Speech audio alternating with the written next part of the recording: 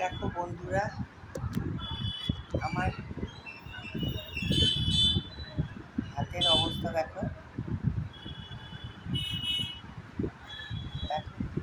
হাতটার অবস্থা দেখো। এই হাত প্রচণ্ড যন্ত্রণা।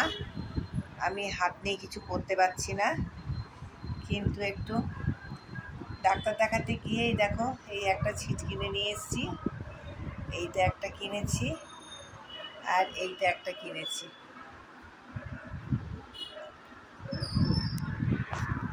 এইগুলো বানাবো আমি। এখন তো এগুলো কাটতেও পারবো না, সেলাইও করতে পারবো না। তাই যখন করব এগুলো সেলাই, এরকম আমার মেশিন ওপরে রাখা আছে। আমি যখন সেলাই করব, কাটবো, সেলাই করব, তখন তোমাদেরকে দেখাবো। সাথে থেকো না।